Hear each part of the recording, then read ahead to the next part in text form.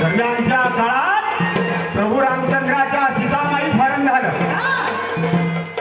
प्रभू रामचंद्र दरी डोंगरामध्ये भटकू लागले, झाडांना कवठाळू लागले. सीता सीता सीता म्हणून हाक मारित असताना, सीता सीता म्हणून हाक मारित असताना सीतेच्या रूपात आधी शक्ती आली. सीतेच्या रूपात आधी शक्ती आली. बोलाई राधा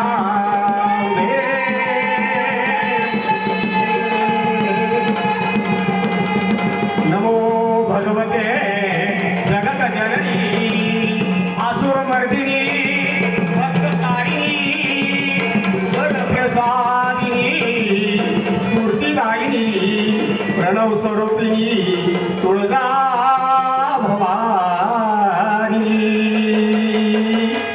प्रभू रामचंद्रांनी आदिशक्तीचा आशीर्वाद घेतला, आदिशक्तीचं दर्शन घेतलं.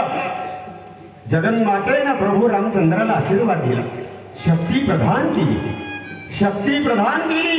कारण रावणाला शंकराचं वरदान होतं, कोणत्याही वेद पुरुषाच्या हातून मरण येणार नाही, कोणत्याही वेद पुरुषाच्या वीर पुरुषाच्या हातून मरण येणार नाही.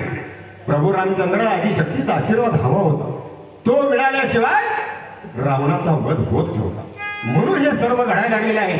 शक्तीपीठ निर्माण होण्यासाठी हे सर्व घडायला लागलेलं आहे. प्रभू रामचंद्राला आशीर्वाद दिला, शक्ती प्रदान केली, म्हणून प्रभू रामचंद्राने रावणाचा वध केला. म्हणून या जगन्मातेचं नाव आहे राम वरदायिनी. म्हणून या